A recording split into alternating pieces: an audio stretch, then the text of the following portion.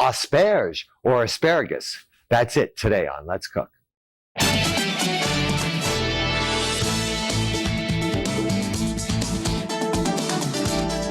He was mainly recognized by his voice. So if maybe we're at the grocery store, and it was regional, right? So it wasn't a national show. So he wasn't known everywhere. But people who did know him were very, very excited and often recognized his voice before they realized who he was, and would turn around at the grocery line and say, "Wait, you're Paul Dillon."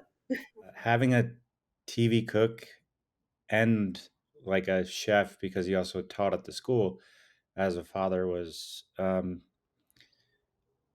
lot of late night snacks, I guess you'd say. He created a whole nother life around food, and it really brought our family together. It really made every celebration so much better. Hi, welcome to Let's Cook and Asparagus. We are doing dishes only with asparagus today. We're going to actually do 4 terrific dishes. But let's talk about asparagus for a second. Now, asparagus is actually derived from Greece or Greek, the Greek language, and it means sprout or shoot. Both the Greeks and the Romans loved it, but they're dead. Then let's jump up to the 16th century. It was so popular in France and England that King Louis XIV of France had a greenhouse made so that he could have asparagus year-round. That's why asparagus is often referred to as a food of kings. So the next time you're having asparagus, think of King Louis XIV. Think of yourself as a king or a queen, because that's where we got that term from. Now, let's talk about asparagus in general.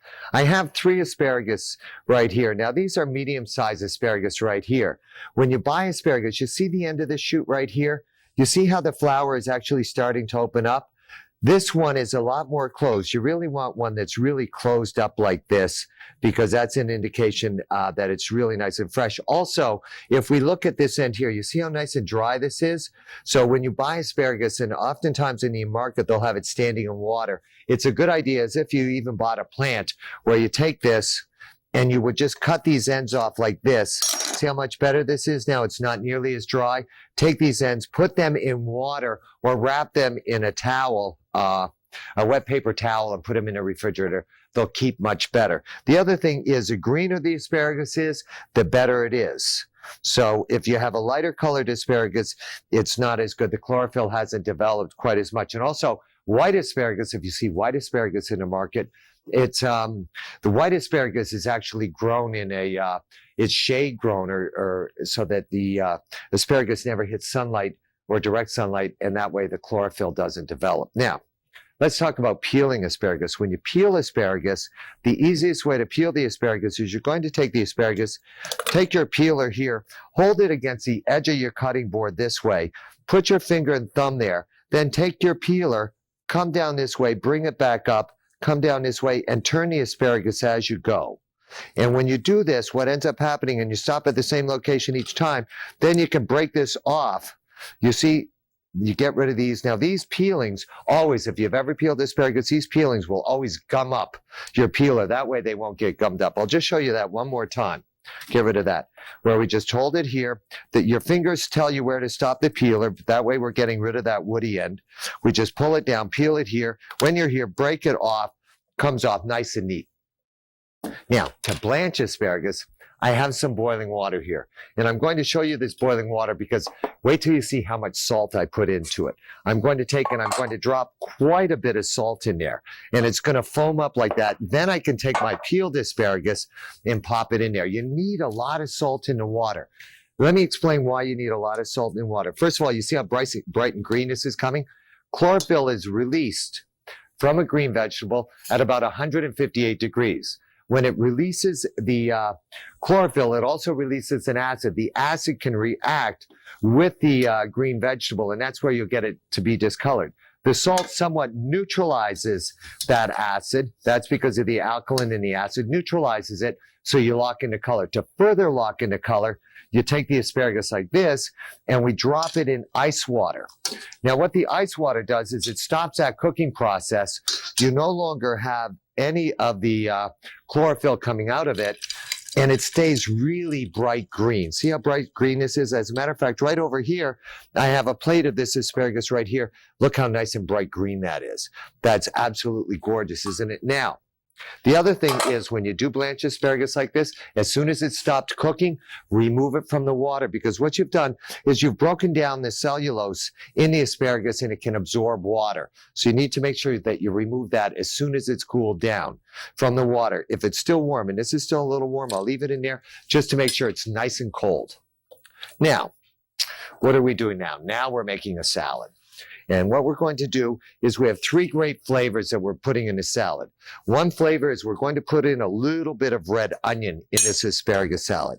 So I'm just going to take the red onion here, and I'm going to cut it down into 4 this way, and then I'm going to slice it very, very thin. So we'll use a little bit of red onion in this. Along with our red onion here, we're going to use some of this blanched asparagus. So I'll just take this beautiful blanched asparagus. And by the way, you don't have to worry about, you saw the amount of salt I put in the water?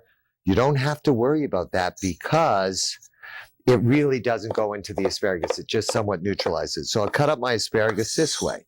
In addition to my asparagus, I'm using some wonderful cilantro here. So we'll just take our cilantro here, and we're just going to very thinly shred this, really maintaining the integrity of the cilantro there. So these are the ingredients for my salad. Now to make my dressing, it's very easy. I'm going to use a little bit of lemon juice. Along with my lemon juice, I have some sugar here. Equal to the lemon juice, I'm using a little bit of orange juice. Then I'm adding a little bit of lemon oil, just a little dash here of lemon oil. And then we're going to beat in or whip in just a little bit of regular safflower or blended. You could use blended peanut oil, any of those, just to emulsify this now. We need to hit this with a pinch of salt. I'm not putting any pepper in because of the cilantro. It has a little bit of heat to it. Then we just take this, I'll put this all right in the bowl here.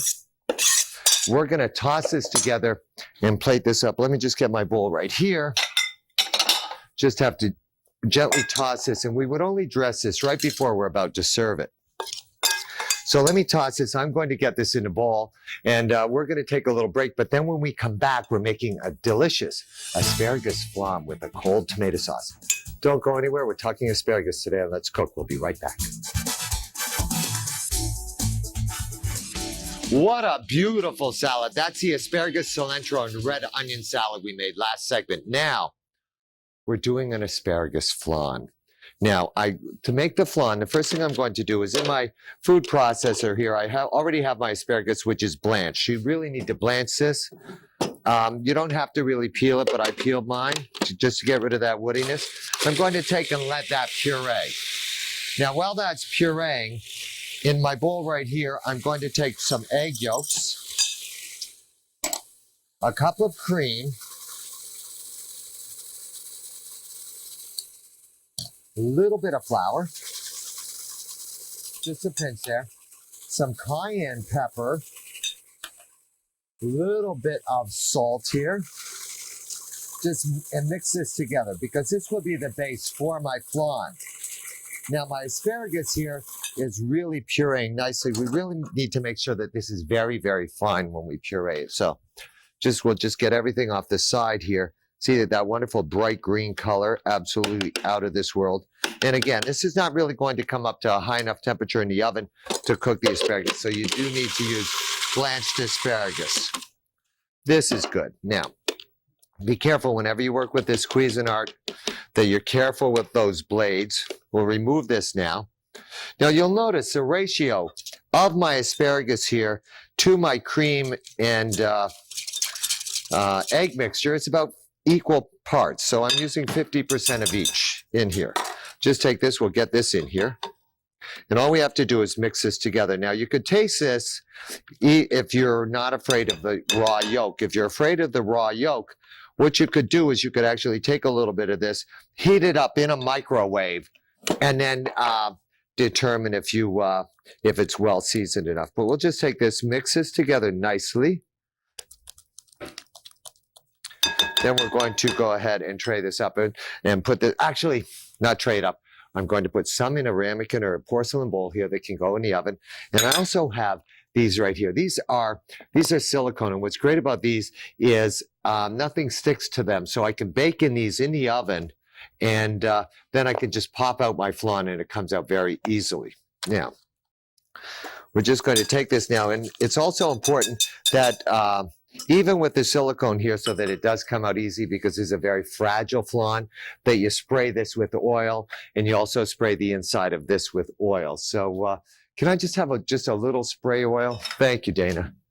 There we go. Great. I always forget something on the set. So a little bit of oil here, a little bit of oil in each one of these. Olive oil preferred. Now, we just ladle this into our mold right here. Now, while I'm ladling this in here, let's talk about the healthy aspects of asparagus. You know, asparagus is naturally low in cholesterol, very low in fat. It's an excellent source of folic acid. It also has a significant source of vitamin C, thiamine, and vitamin B6. Not to mention the potassium and the many micronutrients. According to the National Cancer Society, asparagus contains the highest amount of cancer-fighting micronutrients, glutathione, if I'm saying that correctly. Just remember, it's good, healthy for you. So eat asparagus, especially when it's available this time of year. Now, when I fill these up, I'm just going to fill these just till I come to almost the top. The same thing here with the porcelain dish here. And the reason I'm doing porcelain dishes, a lot of people at home, you might not have the silicone here, so you could use this porcelain dish. The only thing that we do now is we pop this into the oven. So let me pop this into the oven here. And then what I'm going to do is, once it's in the oven, I need to put it in a water bath.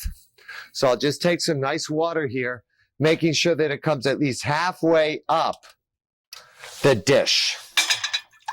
Great. We're going to bake these at 300 to 325 degrees until we insert a stick into them and it comes out clean. It's going to take about 40 minutes, about 30 for the smaller ones, 40 for the larger ones. Now, let me show you how you get these out. I have one right here. Now, what I'm going to do is I'm going to take a very sharp knife. I'm going to run it along the edge this way. Then I'm going to take my plate right here, come over here, create a little bit of an air pocket there with my knife, and get my flan to come out. Now, look, might break a little bit, but you can just bring it back together with your knife. Then to finish this, I have a beautiful, very simple cold tomato sauce here that I'm going to serve with this. So we'll put a little bit of this cold tomato sauce here. Then to garnish this, have some beautiful asparagus here that we already blanched.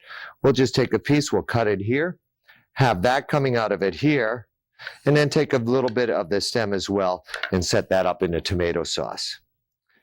I'm going to finish plating this up. We're going to take a little break, and then when we come back,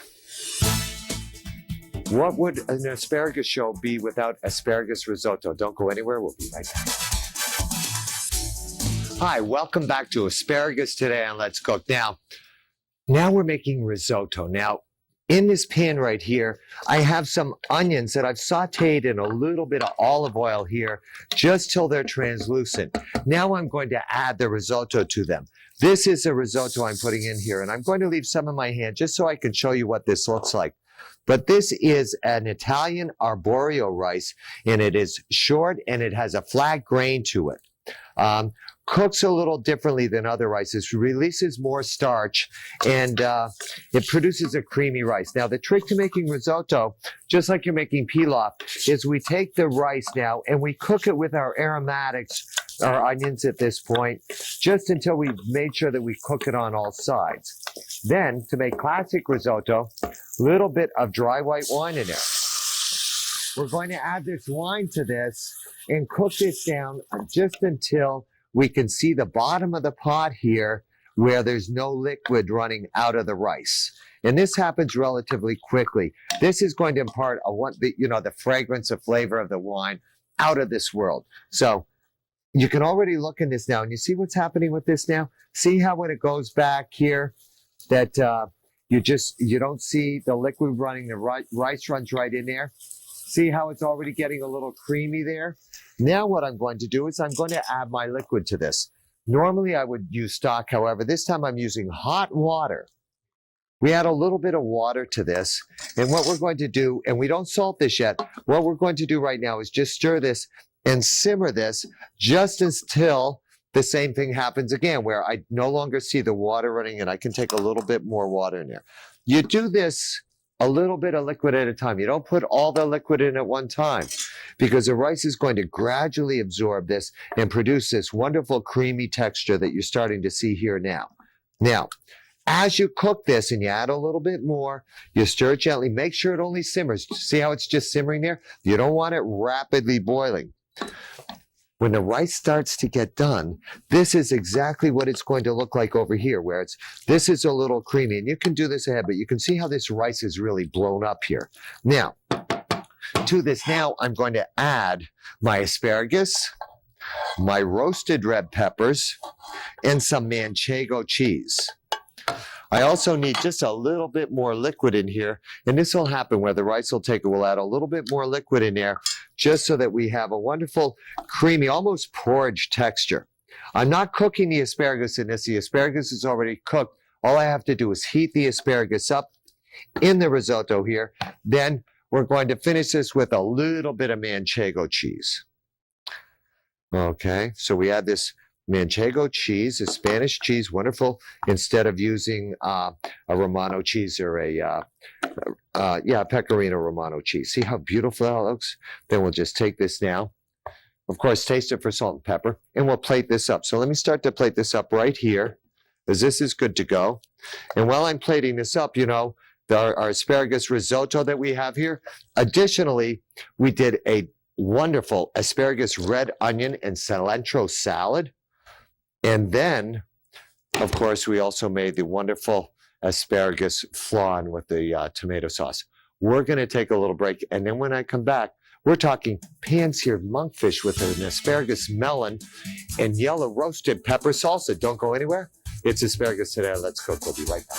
Hi, welcome back to Let's Cook. We only have about 4 minutes to make this monkfish. Now, I'm going to make this salsa first. Right on the cutting board here, I have the ingredients that are going in the salsa. We have some ham, some red peppers there, some parsley, a little bit of lemon juice. That's Black Forest ham. And of course, cantaloupe. And asparagus too. We're using a little bit of asparagus in there too. What I've done here is I've just grated my apples right here.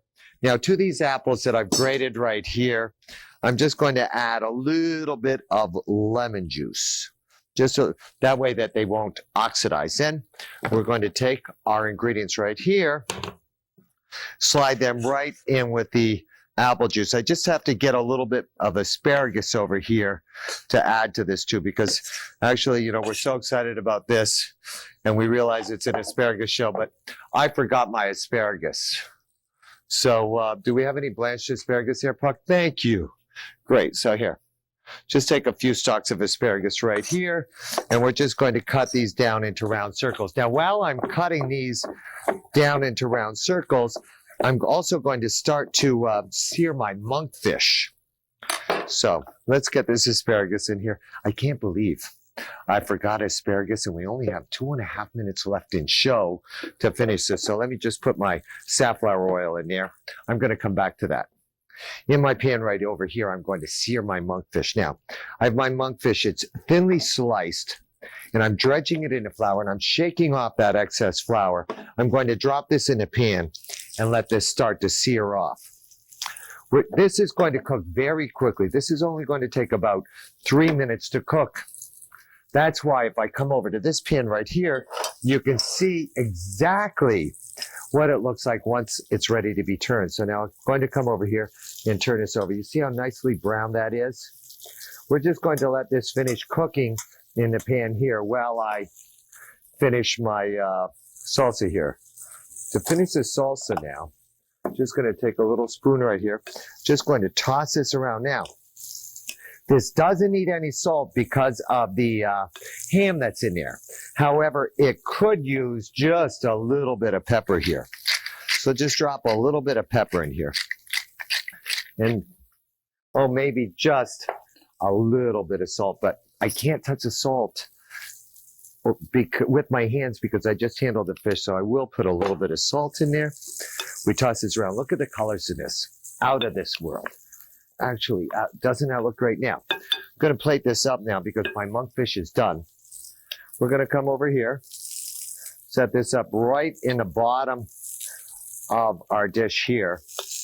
Doesn't that look great? Then, to finish this, we'll just take our monkfish here out of the pan, put that right on top of the salsa. Now, the salsa is at room temperature, so this will work out real well with the heat of the monkfish. Doesn't that look great? Then, of course, to finish this, finish it with just a little bit of chopped parsley on top. And last but not least, because it is fish, a little squeeze of lemon juice there just to bring that fish out. Lemon also goes great with asparagus as well. So, I love spring. I love asparagus. Thank you so much for watching Let's Cook today. You have a great day. We'll see you next time. Bye-bye for now.